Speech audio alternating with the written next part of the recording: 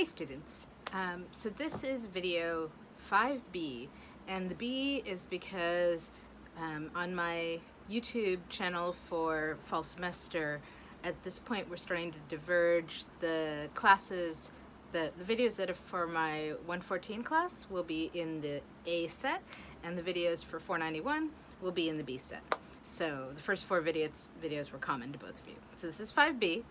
And this one's going to be probably a little longer than the others because we're going to go over the syllabus and plans, expectations for the semester.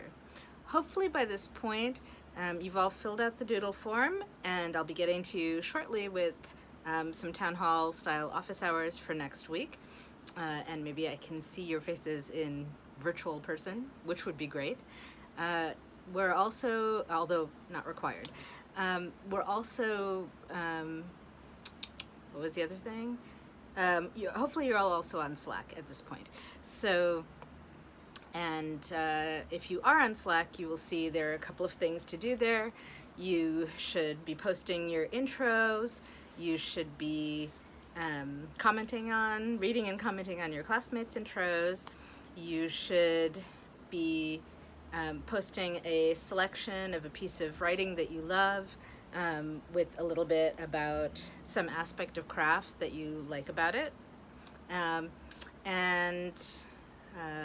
Mostly you should be writing. So the general course of the semester in this course is that you're going to write 2 stories that we will critique together.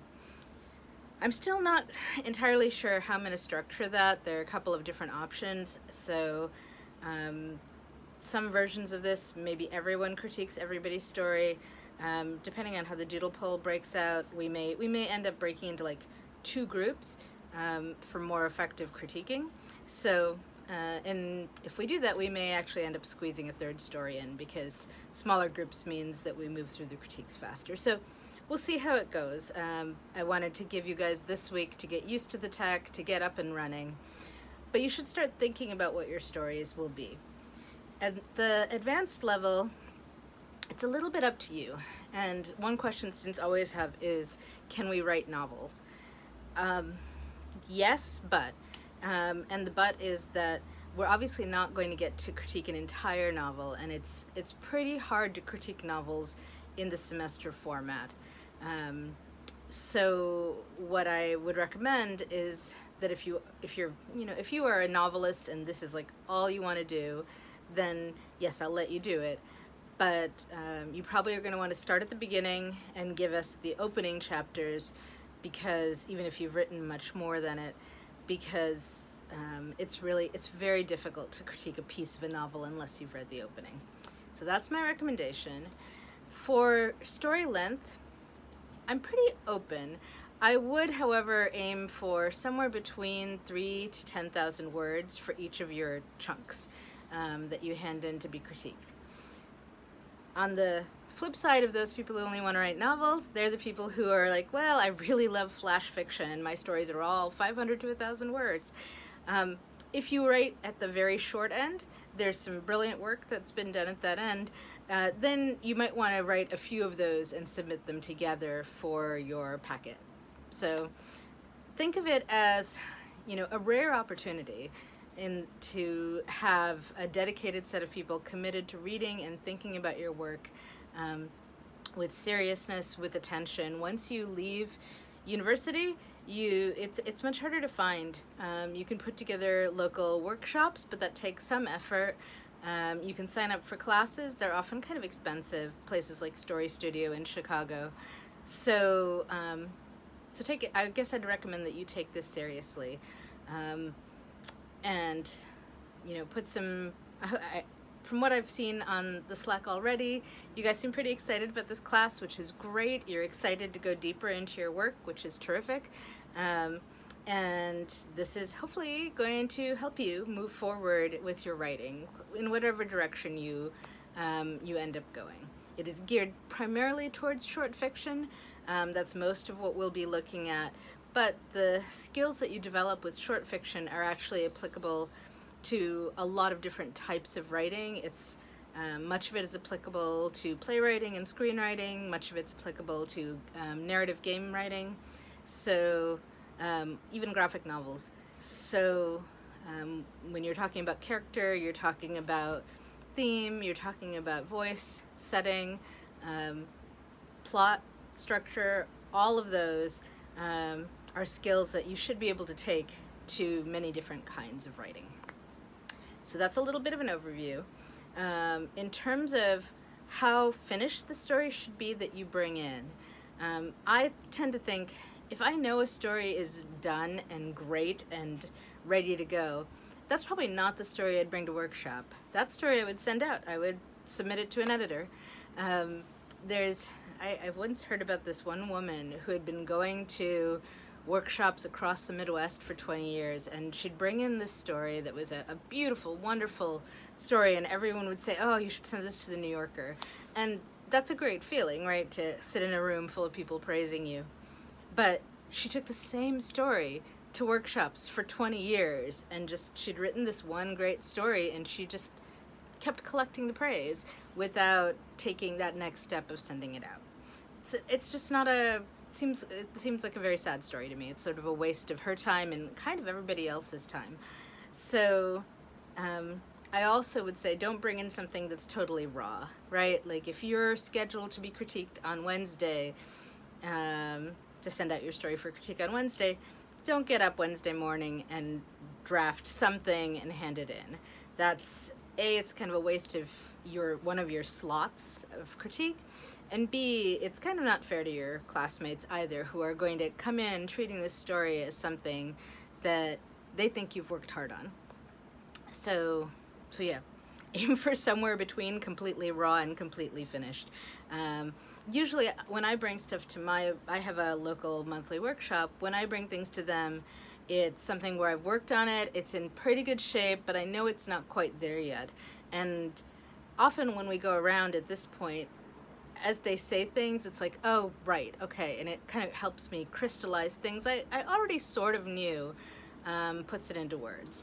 And every once in a while, they see something I just completely missed, which is also obviously incredibly useful.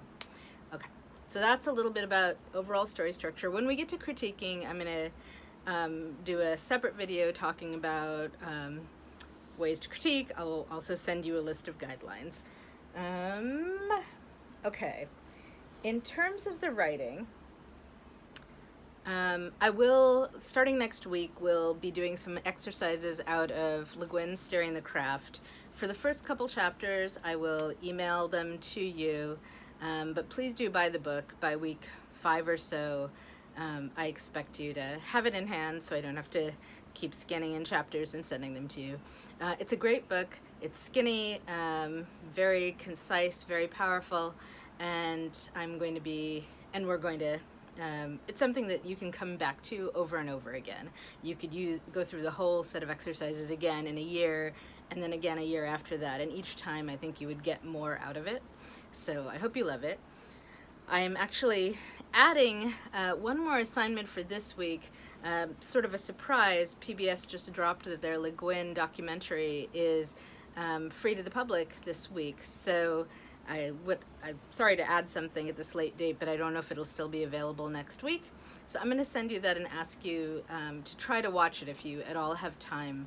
She is probably one of my 10 favorite writers in the world. She's brilliant. She moved between genres, mainstream writing, science fiction, fantasy, with great skill and ease, poetic, spare language, really interesting ideas. She pushed some ideas around gender and sexuality and orientation at a time when nobody was writing about that. So she's a brave writer. She's also a writer who's really willing to revise. I'm going to probably next week send you an essay I wrote for Tor.com about Le Guin and the way that she revises. So we're spending a little time thinking about her, talking about her, and the documentary that came out is really excellent. And in particular, it talks about some of the barriers that she faced as a woman writer in that era, and how she overcame them, and also the surprise prejudices people had about science fiction and fantasy and not taking it seriously. So I think you're going to find it really interesting. I've seen it live in the theater twice, and I thought it was really gripping and powerful both times. So there. Hopefully I've talked it up enough. Strongly recommended you watch it. I will send you the link. Okay. So short writing exercises, creative work. One of the things that I put down as a goal for this week is that you write 2,000 words. You may not be used to thinking about writing in terms of the words. Some people talk in terms of pages, some talk in terms of time. All of those are fine. I tend to think in terms of how many words did I get accomplished, so that's usually how I'm going to frame this. It's also useful because literary magazines typically talk in terms of, how do I put this, in terms of pages often, when they say, we are looking for stories 15 to 25 pages in length. As a very, very rough calculation, a page is about 250 to 300 words, so you can kind of make that mental equivalence as you need to. In science fiction and fantasy, which is most of where I live these days, writing-wise, the standard is in words, and in fact magazines tell you how much they pay per word. So if to be a pro magazine in science fiction, you have to pay a certain rate set by the Science Fiction Writers Association per word. And I don't know offhand what it is right now, probably somewhere around 7 or 8 cents a word. So that's useful information. It also, I think, is helpful to know that most writers I know write somewhere around 1,000 words an hour when they're drafting. Now that's not necessarily finished words. They may end up throwing most of those out. But it helps you kind of figure out your time once you know how long it takes you to write 1,000 words. I know professional writers who write 500 words in an hour. So I know professional writers. I knew one who wrote very fast, Jay Lake, who wrote 2,000 good words in an hour, and I was quite envious of that. But if you're setting out to say, okay, a typical short story is somewhere between 3,000 and 10,000 words, then I need to set aside, and I write 1,000 words an hour, then it's going to take me 3 to 10 hours to just draft this story, and then I'm going to want some time to revise. So that gives you a little bit of a ballpark. Now, if you're free on the weekend, you could write a short story all day on Saturday, take 10 hours, and then go in Sunday, take 10 hours, spend all day revising, and by Monday, you'd have a new story ready to submit. Most people don't work in quite that focused a manner or have such long stretches of time available to them. And I know many of you are busy now. You have family care responsibilities, job responsibilities, perhaps extra of all of that with COVID. Maybe you're helping with your younger siblings' e-learning. So time is a little bit choppy and weird at the moment. But in general, as people get older, they tend to have less free time. 9 to 5 jobs, kids, elder care, whatever it is. So I would say the biggest struggle that writers have, in my experience, is A, finding the time to write, B, explicitly setting that time aside, and C, making some commitment to write during that time. The main thing that stops people from succeeding and making a career as a writer, I think, is persistence. Most people just stop trying. And a lot of that is not that the desire has gone away, but they didn't set up the structures that would support them. If you're going to med school to become a doctor, there's a lot of structural supports built into the system. I got a message, distracting. If you are going into sports, there's a lot of structure. If you're going into dance, there's a lot of structure, in my understanding of it. Writing, not so much structure. You really have to find or build whatever kind of accountability thing is going to keep you writing, keep you finishing things, keep you sending things out. So we're going to be talking about that a lot over the course of the semester. If you are on Facebook, I have a writing accountability group, and I'm going to be sending you a link to that. totally optional. There's a bunch of writers in there, and we just post every day, this is what I did, creative writing wise. And I find it a really helpful support. I wouldn't necessarily join Facebook just to do this, because there's lots of other groups out there in other forums. Okay, that's I think most of what you need to know. Next week we are going to sign up for when you're going to be critiqued. So I will send out a set of slots, and you can sign up, and we'll sign up for probably just the first set initially of stories, and then halfway through the semester we'll sign up again for the second set. The other book that you need to buy is Updike's 100 Best Short Stories of the Century. Probably halfway through the semester we're going to start reading stories from there and talking about different aspects of craft.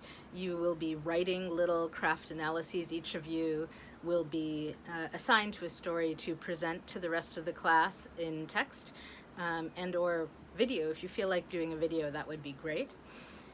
I'm thinking whether there's anything else major that you need to know.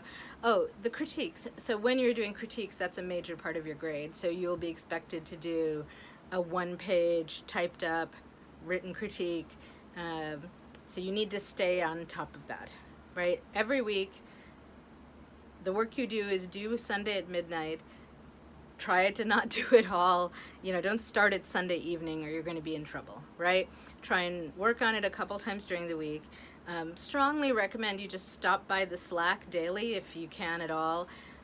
If you click on things are bolded if there are conversations that you haven't, that you've missed things in, so you can use that to catch up. Also at the top left nav bar, there's a thing that says threads, and if that's bold, click on that, and that'll also help you see if there's any threaded conversations that you might have missed pieces of.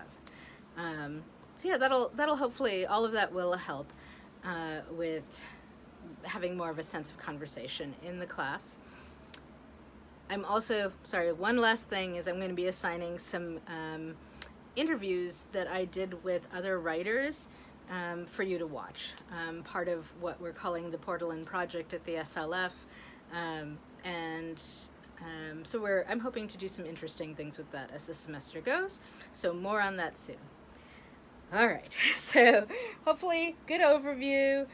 This week you had to post a photo in the Slack channel, post an intro in that channel, write a one-page summary of where you are right now with your writing, hopes, dreams, what you'd like to accomplish this semester, what you'd like to accomplish long term. You're going to write something similar to that at the end of the semester, kind of looking back on how did we do? Did you make progress towards your goals?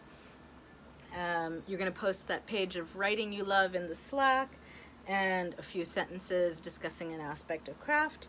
And the main thing is start writing your fiction, right? So aim towards at least 2,000 words. For me, I'd need to set aside 2 hours for that. I would do it sooner rather than later because things might get in the way, you might be a little stuck, etc. We have a channel already for sort of writing related inspiration.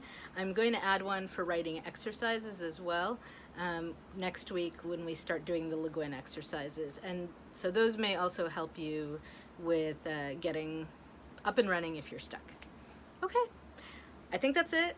Sorry this was long, almost 20 minutes, but probably I'm guessing this is the only long video I'm going to make you watch. So hopefully it was helpful. If you have questions about any of this, again, you can email me or ask in the Slack. Great! See you soon. Happy writing!